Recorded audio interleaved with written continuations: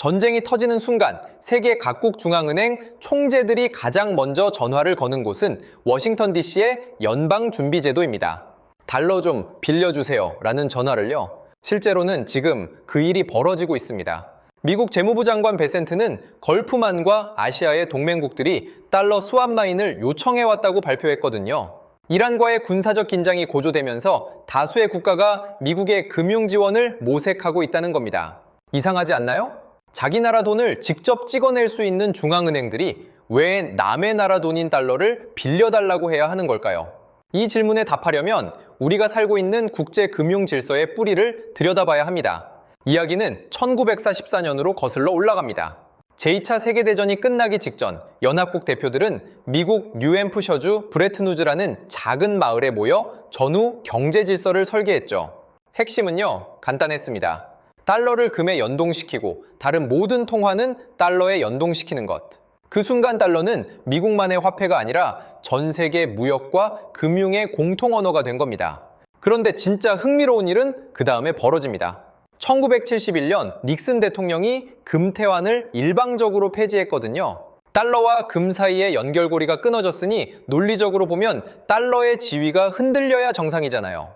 그런데 정반대의 일이 일어났습니다. 미국은 사우디아라비아와 비공식 합의를 맺었는데 미국이 사우디의 군사적 보호를 제공하는 대가로 사우디는 원유 거래 결제 수단으로 오직 달러만 사용한다는 내용이었죠. 세계에서 가장 중요한 자원인 석유가 달러로만 거래되기 시작하면서 달러의 기축통화 지위는 금이라는 물리적 뒷받침 없이도 오히려 더 강화된 셈이에요. 이 구조가 80년 넘게 쌓이면서 어떤 세계가 만들어졌는지를 숫자로 보면 좀 더 분명해집니다. 현재 전 세계 외환 보유액의 약 58에서 60%가 달러로 구성되어 있고 국제 무역의 약 80%가 달러로 결제됩니다. 원자재, 그러니까 석유와 천연가스, 곡물 같은 것들의 거래도 대부분 달러로 이루어지죠.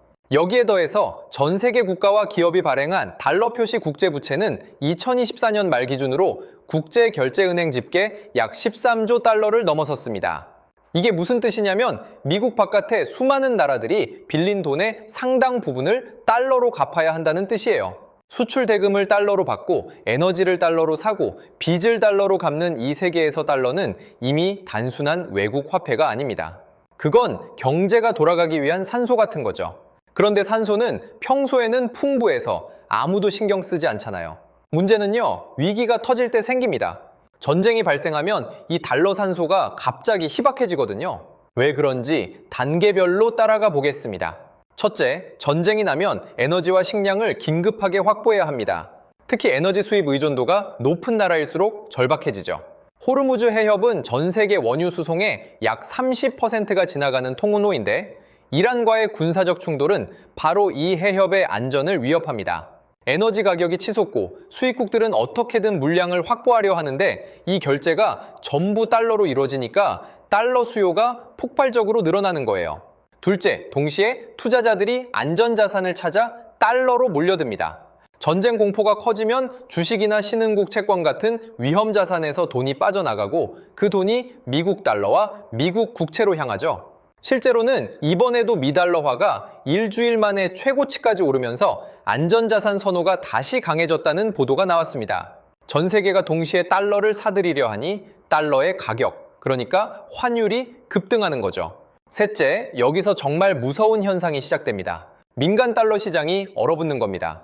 평상시에는 은행끼리 달러를 빌려주고 빌리는 시장, 이른바 FX 스왑이나 레포 시장이 원활하게 돌아가면서 달러 유동성을 전 세계에 공급합니다. 그런데 전쟁 공포가 극대화되면 은행들이 리스크 회피 모드로 전환하거든요. 지금 달러를 빌려줬다가 못 돌려받으면 어쩌지? 라는 공포가 퍼지면 아무도 달러를 내놓지 않게 됩니다. 수요는 폭발하는데 공급은 동결되는 거죠. 이 간극이 바로 달러 쇼티지, 달러 부족 현상을 만들어냅니다. 넷째, 달러가 부족해지면 자국 통화가 급락합니다. 자국 통화가 떨어지면 달러로 표시된 부채의 상환 부담이 순식간에 폭등하죠. 예를 들어 어떤 나라 기업이 저금리 시절에 달러채를 발행했다고 해봅시다. 그때 환율이 1200원이었는데 전쟁 위기로 1500원이 되면 같은 금액의 달러 빚을 갚는데 원화로 25%나 더 필요해지는 셈이에요. 기업이 버티지 못하면 국가 경제 전체가 흔들리니까 중앙은행이 나서서 외환 보유액으로 달러를 공급하게 되는데 외환 보유액에도 한계가 있잖아요. 바로 이 지점에서 중앙은행 총재들이 워싱턴에 전화를 겁니다. 스왑 라인을 열어달라고요. 통화 스왑 라인이란 두 나라 중앙은행이 서로의 통화를 일정 기간 교환하는 계약입니다. 연준이 달러를 빌려주고 상대국 중앙은행은 자국 통화를 담보로 맡기는 구조죠. 이게 작동하면 해당 나라의 달러 부족이 해소되고 환율 급등이 진정되며 달러 부채 상환 압박도 완화됩니다. 시장에 달러가 공급될 것이라는 신호만으로도 패닉이 가라앉는 경우가 많거든요. 이 메커니즘이 처음 대규모로 가동된 건 2008년이었습니다.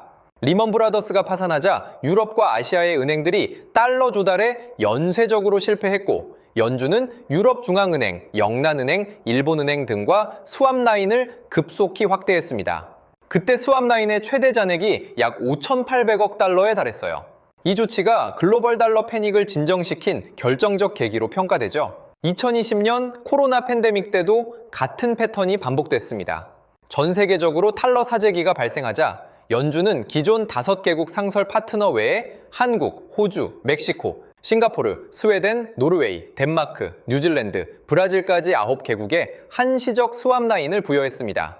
한국은행은 연준과 600억 달러 규모의 스왑 라인을 체결해 원화 급락을 방어했고요. 위기의 원인은 달랐지만 달러가 사라지고 연준만이 그 공백을 메울 수 있다는 구조는 정확히 동일했던 겁니다. 그러면 왜 하필 연준이어야 하느냐, 다른 대안은 없느냐는 질문이 당연히 나옵니다. 여기서 달러 패권의 구조적 비대칭이 드러납니다. 달러는 미국이 발행하지만 전 세계가 사용하는 화폐입니다. 미국은 연준의 통화 정책으로 달러 공급을 조절할 수 있지만 다른 나라는 달러를 벌거나 빌려야만 조달할 수 있어요. 일본은 엔화를 찍을 수 있고 유럽은 유로를 찍을 수 있지만 그 어떤 나라도 달러를 찍을 수는 없죠. 달러가 필요한 순간에 달러를 만들어낼 수 있는 유일한 기관이 연준이라는 사실, 이것이 스왑 라인 수요의 근본 원인인 셈이에요. 그리고 이 스왑 라인에는 단순한 금융 거래를 넘어서는 외교적 의미가 담겨 있습니다. 연준이 어느 나라의 스왑 라인을 열어주느냐는 곧 미국이 해당국을 신뢰할 수 있는 동맹으로 보는지를 나타내는 강력한 신호로 읽히거든요. 현재 연준은 유럽중앙은행, 영란은행, 일본은행, 캐나다은행, 스위스국립은행 5개 기관과 상설무제한 스왑 라인을 운영하고 있습니다. 한도가 없다는 건 어떤 위기가 와도 이 5나라에는 달러를 무제한으로 공급하겠다는 약속이에요. 반면 2020년 코로나 때 한국을 포함한 9개국에 부여된 건 한시적 스왑 라인이었고 중국과 러시아에는 부여되지 않았습니다. 군사동맹과 달러 안전망이 사실상 하나의 패키지로 묶여 있는 거죠. 이 구조의 반대 방향도 존재합니다. 2022년 러시아가 우크라이나를 침공했을 때 서방 동맹국들은 러시아를 스위프트 결제 시스템에서 배제하고 달러 거래를 차단했잖아요. 스왑 라인이 달러를 공급하는 도구라면 스위프트 배제와 달러 결제 차단은 달러 접근 자체를 끊어버리는 무기인 셈이에요. 달러를 줄 수도 있고 뺏을 수도 있다는 것, 이것이 미국이 가진 금융적 영향력의 본질입니다. 그렇다면 이 체제에서 벗어나려는 시도는 없느냐? 물론 있습니다. 중국은 위안화 국제화를 꾸준히 추진하고 있고 브릭스 국가들은 탈달러 논의를 이어가고 있죠. 하지만 현실을 보면 전쟁이나 위기가 터지는 순간 실제로는 작동하는 유동성 안전망은 여전히 연준 스왑 라인뿐입니다. 위안화로 석유를 결제하는 실험이 진행되고 있다 해도 글로벌 무역의 80%가 달러로 결제되고 60% 가까운 외환 보유액이 달러인 현실은 단기간에 바뀌지 않거든요. 대한통화가 등장하려면 유동성, 신뢰성, 그리고 그 통화를 뒷받침하는 금융시장의 깊이가 있어야 하는데 현재로서는 달러를 대체할 수준에 도달한 통화가 없는 거죠. 스왑 라인에 접근하지 못하는 나라들은 어떻게 되느냐?